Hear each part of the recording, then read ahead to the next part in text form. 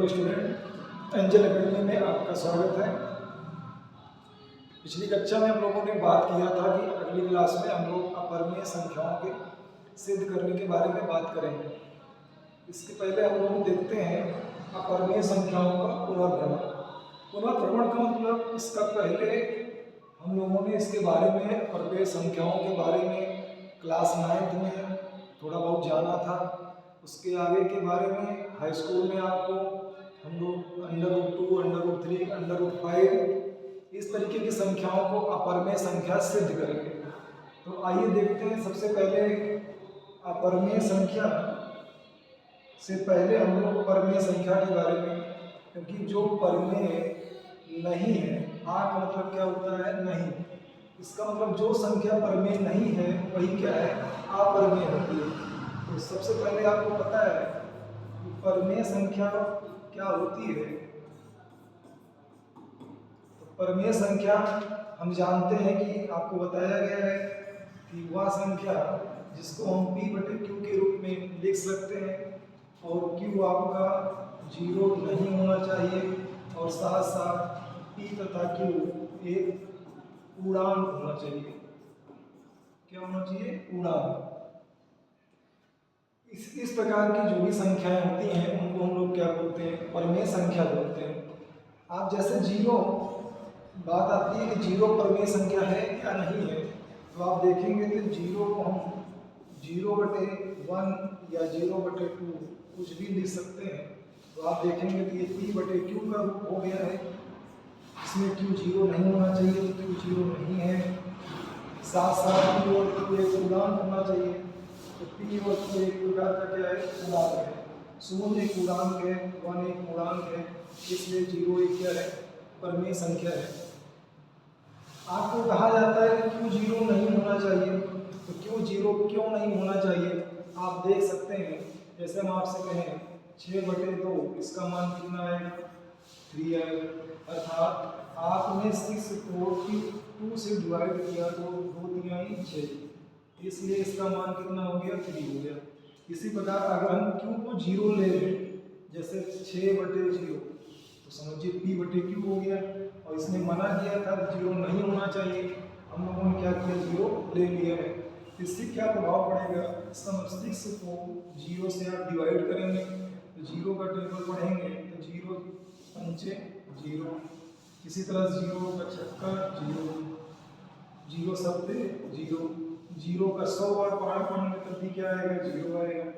इस प्रकार और बढ़ाएंगे तो हम 1 लाख मान लेके जाएं तब भी क्या आएगा? 1 लाख शून्य क्या हो जाएगा? शून्य हो जाएगा। इस प्रकार आप देख पा रहे हैं कि यहाँ पर आने वाला मान कभी भी समाप्त नहीं होगा। इस प्रकार हम इसको एक नाम दे सकते हैं अनंत, या कह सकते हैं इसका मान क्या होगा? अपरिभाषित हो जाएगा। इसलिए कहा जाता है कि Q 0 नहीं होना चाहिए। आगे अगर हम देखें तो परिमेय संख्या में P और Q क्या होना चाहिए? पूर्णांक होना चाहिए। इसलिए परिमेय संख्या का P/Q Q 0 नहीं होना चाहिए, P और Q क्या होना चाहिए? एक पूर्णांक होना चाहिए। अब बात आती है अपरिमेय संख्या। तो ऐसी संख्याएं जिसको हम इस तरीके से व्यक्त नहीं कर पाएंगे वही क्या कहलाएंगे? अपरिमेय। पीछे की क्लासों में हमने देखा था, जैसे हम लोग लिख देते थे √2, √3, √5। इस प्रकार की सारी संख्याएं क्या कहलाती थी? अभाज्य संख्या पर करनी लगा देने पर उसको हम लोग क्या बोलते थे? अपरिमेय संख्या। √7 इस तरह से आगे भी जा सकते हैं। अपरिमेय संख्याओं को जानने से पहले हम ये देखते हैं कि जब भी जैसे 1/3 है, इसका मतलब 1 को आप डिवाइड करेंगे किससे?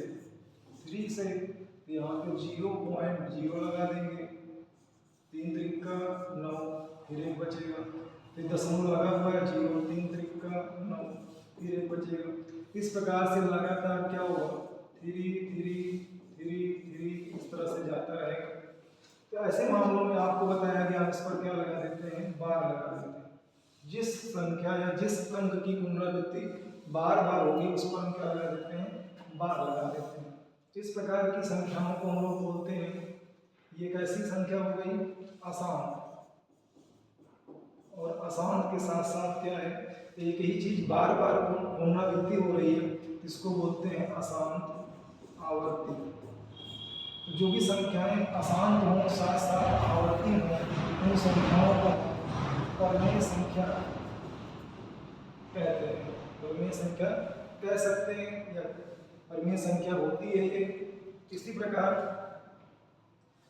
कुल मिला के अगर आप बार लगा पाएंगे, आवर्ती बार बार आ रही है, अशांत है, तो दो टाइप का हो गया। एक तो अशांत, और अशांत में आपने देखा अशांत आवर्ती, अशांत आवर्ती, और इसी में एक हो जाता है अशांत अनावर्ती।